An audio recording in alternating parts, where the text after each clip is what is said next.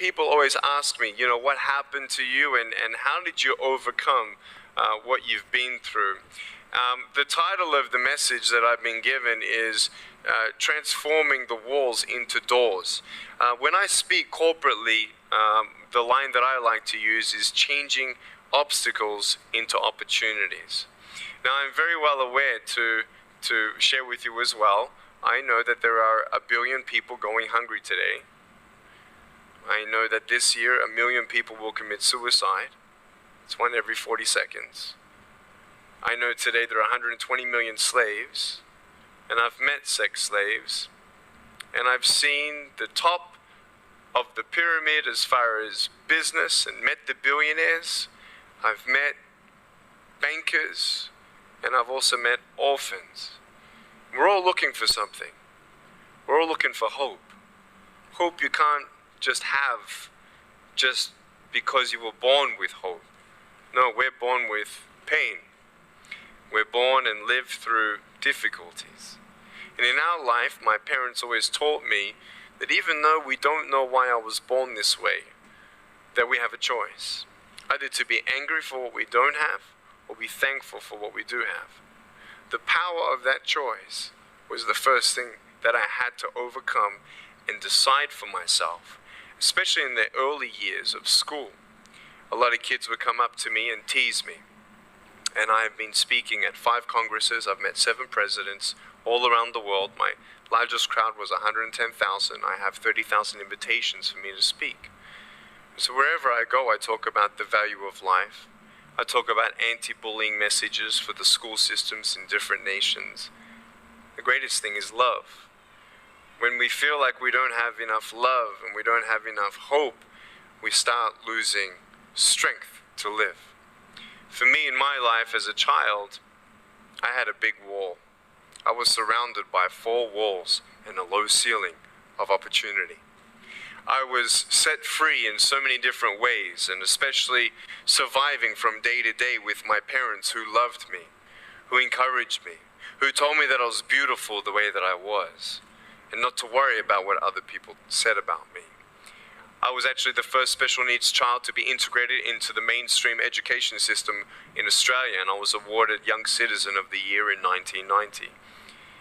And the world is a hurting place, and the world needs hope, and the world needs love. Without hope, we feel like, why are we here? Well, brokenness. Here's mine. Today, I still have no arms, no legs. But everything's changed. Everything. For me, I was looking for hope and happiness, and I couldn't see it for many years. In fact, if this side of the table represents my hope, truth encourages me to become all that I can be. But then we have lies every day coming in our mind, people who discourage us. You know the people that you have in your life who, no matter how good of a day you're having, they'll bring you down. Or no matter how bad of a day you're having, they'll bring you even lower. You know what I'm talking about? Think of the 3 biggest discouragers in your life. They're not your biggest discouragers. You are. You are. It only takes 3 seconds for me to tell you something discouraging.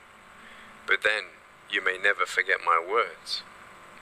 I've met so many 50-year-old women and 40-year-old women who still remember what their fathers told them that they wish they never heard. Words are powerful. When you hear those words and then your mind starts growing with these lies, Nick, you're not good enough. Nick, just give up. Nick, you're never going to get a job. You won't get married. You can't even hold your wife's hand. What kind of a father are you going to be if you can't even pick up your kids when they're crying? You're alone. Sure, your parents hug you, but their hugs can't heal you. Just give up. Just give up. Just give up. Just give up. Just give up. At age 8, I thought that I should commit suicide. Why? Because I didn't have hope. I thought I didn't have hope. Today you can see that I had hope. What's the word? Believing in something you do not see. Faith. Words can only do so much. Hugs can do much more than words. But when hugs can't do anything, that's where faith kicks in.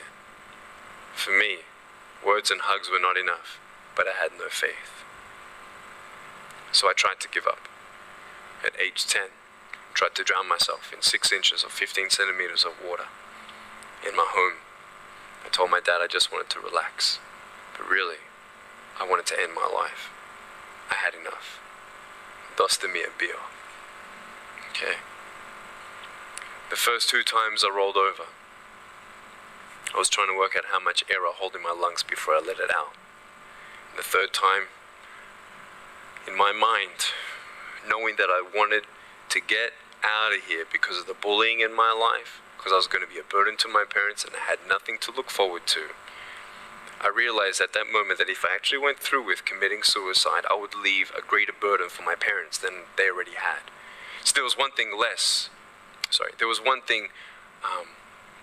hopeful or more burdensome than having a child without limbs. What is it? A child without limbs who gives up. So when I saw in my mind my mum and my dad and my brother crying at my grave, if I went through with it, that one thought saved me. If my parents never told me that I was beautiful the way that I was, if my parents never told me that I was special and that I was loved, I wouldn't be here today. So I encourage every single parent who tries their best to encourage their teenagers, especially in the West. Many teenagers put a do not disturb sign on their door. I'm sure, the conversations all around the world between a parent and a teenager. How was school? Fine. What'd you learn? Nothing. Did you do your homework? No. And that's the conversation for the day.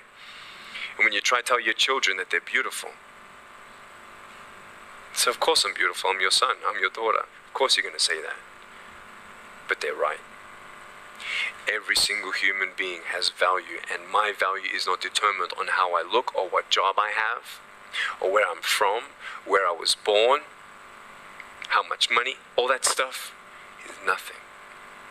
So many teenagers, tease each other for how we look, and I tell the teenagers, do you think that I'm cool enough to be your friend? They're like, yeah, of course.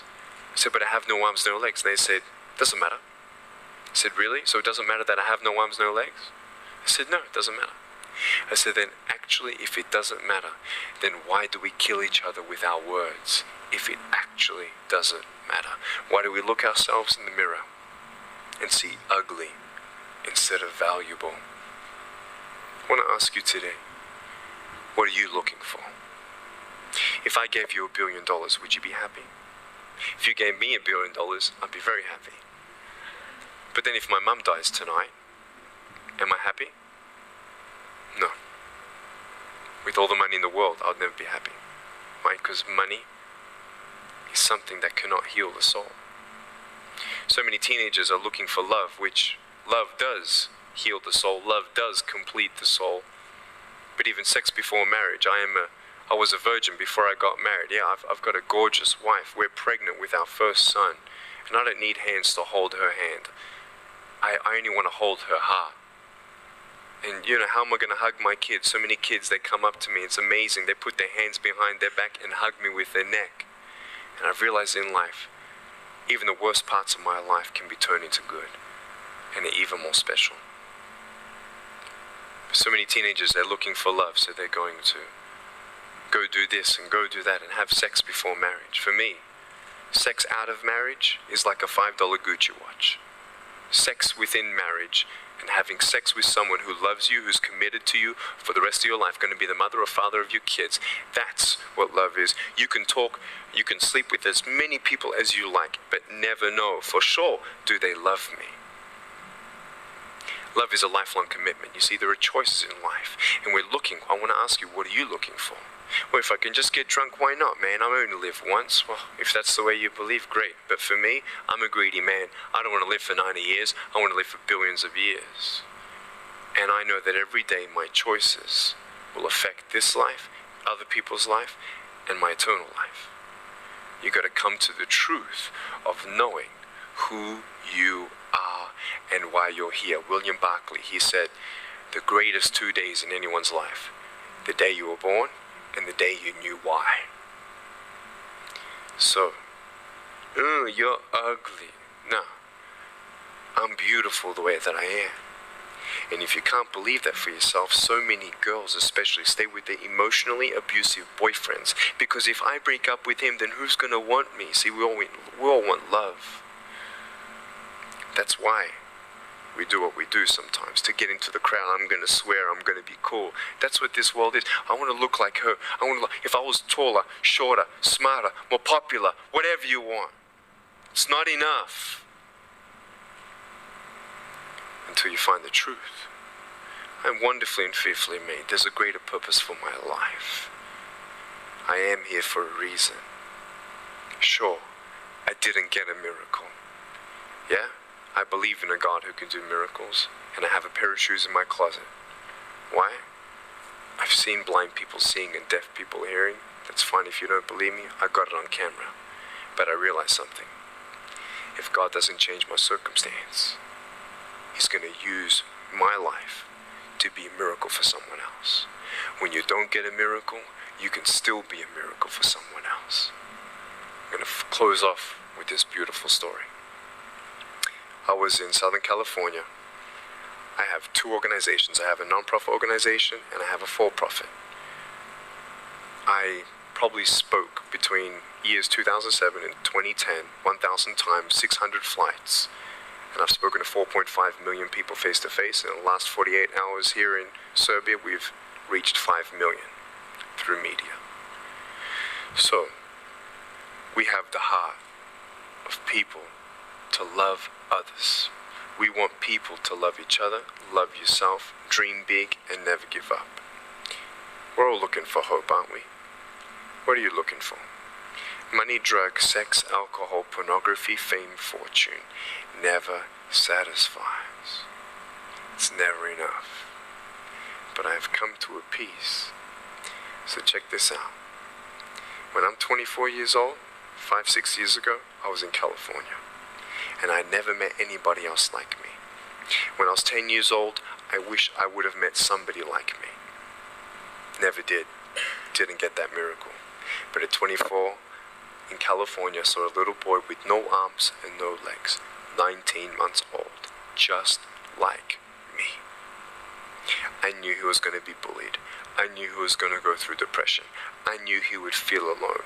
I knew that he would get worried if he's ever going to have a girlfriend, and so on and so on. I got the father to bring him up on stage in front of 2,000 people. And everyone was crying. And it was a materialization of when you don't get a miracle, you can be a miracle for someone else. I am not a superhero. I go through ups and downs. So do you. But take one day at a time.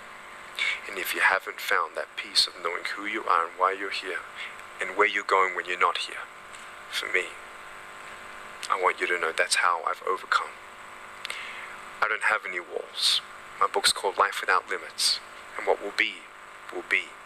I've acted in a short film, 30 awards. I got Best Actor in a Short Film.